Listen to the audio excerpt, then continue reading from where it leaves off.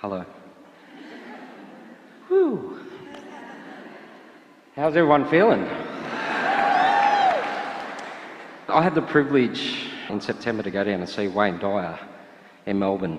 And as we know, Wayne has passed on. I just wanted to see how he's travelling on the other side.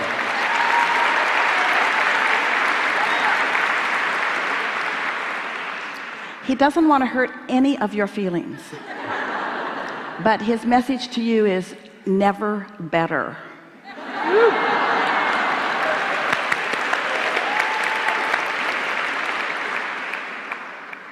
There's more. Please.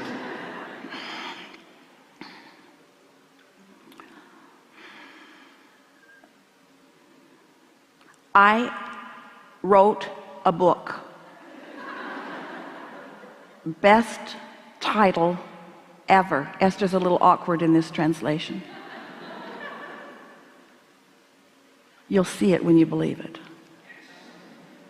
That says it all. That says it all. So your work is to let your desire flow and then find a way of practicing your desire. Practice it into such pleasantness that that is the easiest momentum that you feel, and then the universe will back you up constantly. Also, there is no death. That's a big misunderstanding. All of us who are dead would like you to get over that notion. And you know, it ties in to what we were talking about earlier, about the conditions being so important that you miss the main event. And so that's the thing for you to sort out, isn't it? When we say to you, let's just tell you everything we just said to you in a very concise form.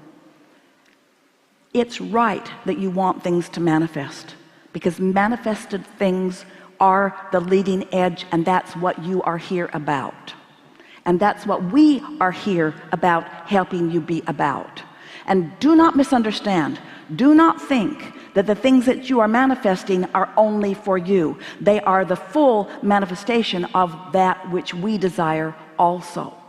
So you are the manifestors. You are the plucking of the fruit from the trees. You are the full-fledged end result of all that we all exist about. Can you feel how important that is?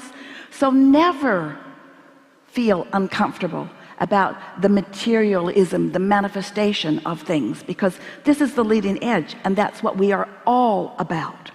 But find a way to be happy anyway before the manifestation has occurred. That really is the key. You got to find a way to be happy in the unconditioned. So let's think about this. Let's talk about this. This is something that Wayne was hard at all of his working career. He was always wanting you to understand how your world could be better, how to see it a little bit differently in order to allow yourself a little bit different experience. And he walked the earth looking for master after master after master after master, and did his best to understand, and then put it into a condensed version and brought it to you again and again and again and again. Some of you would say, what? Another direction? Yes, another direction, another way of looking at it, another way of finding your worthiness if you're willing to do it, you see. So here you are in this physical form, wanting things, desiring things, and some of what you desire not yet manifested. Let's say that you want, we're sniffing you out, taking a general consensus, averaging it out, $10 million in your bank right away.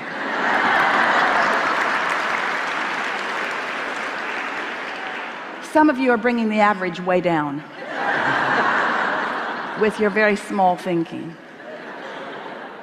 You want $10 million in your bank account, and you'd like it to be now. Well, as we take a poll on your belief system right now, we are accurate in saying it's not likely it's going to be there when you get home. It's not likely that that manifestation is going to happen today. So you have a desire and a belief that doesn't match.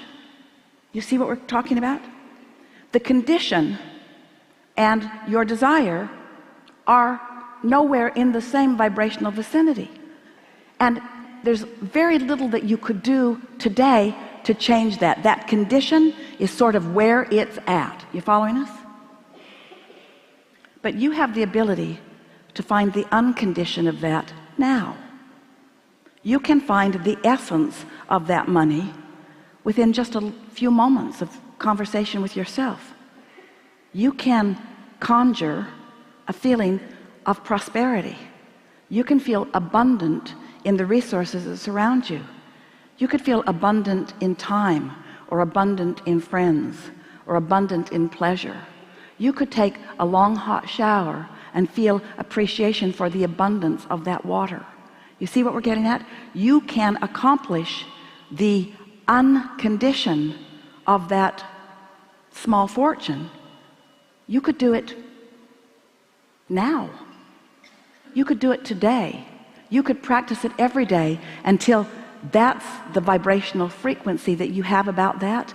And then what happens is that vibrational reality that is pulsing here and presenting itself to you in endless ways, because you're now in the receptive mode, you get an idea. Do you ever say that? Oh, I just got the best idea. And then you think about it and you kill it. I just got the best idea. You know, when that idea comes, that's you. That's you having been in your unconditioned that is not opposing what you want. So you're in sync with what you want, and because you're in sync with what you want, the manifestation of it has begun. But if what you need is for the manifestation, then when that happens, you say, oh, it still hasn't happened, and then you return to a vibration that doesn't allow it to happen. And you do that. We love you so much. You know what's coming next? Over and over again. You get into the receptive mode, the idea comes, and then you face reality. And that's what keeps you from allowing the momentum of that to gain speed. Did you get that? Can you feel the unconditioned of it? Can you feel the emotion? You've heard us say this before. We've said it for a long time, and we say it loud because we so much want you to hear it, as if volume would make a difference. The universe does not hear your words. The universe hears your vibration. And you have to be in the vibrational frequency of what you want in order for it to move forward for you. The other day, Esther was coming out of the gate at a driveway in a new house that she's purchased about a year ago. She was with her sister, and they were coming out the gate. It's a long, rather steep driveway, and every time she comes out the gate, she bumps the nose of her car because there's a gully there, and someone told her that if she would crank the wheel to the left and go through it sort of cattywampus, that wouldn't happen. And so she's been doing that for about a year, and every time she bumps her nose. So Jeannie says, yeah, I came out the other day and I just hugged the right really, really, really, really close. And Esther said, well, I've come down this driveway about 5,000 times and I bump my nose every time. And Jeannie is laughing. She says, isn't there some joke about the definition of insanity, about doing the same thing over and over and over again and expecting different results? That's what Esther had going on. She wasn't getting what she wanted, and so the next time they came down the driveway together, Esther did what Jeannie suggested, and there was no bump. And Esther could hardly believe it. She thinks she's really smart. She could hardly believe it, that her habit, that someone had told her how to not bump her nose, and even though it didn't work, she kept doing it anyway. Over and over and over and over and over and over again. You don't even realize what habits of thought you have going. But when you start caring about the way you feel, not just the results that you're getting, but the way you feel, then things start loosening up for you. I find that I'm a performer as well, so I'm an MC, I do hip-hop. And I find that some of the best work that I do is in the creative moment of that idea. So I do what they call freestyle.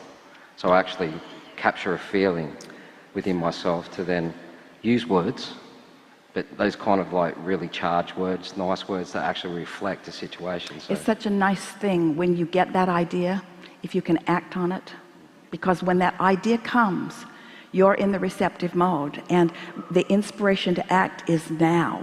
And so that's when you get the best results, isn't it? Good enough. Thank you very really much. Good conversation.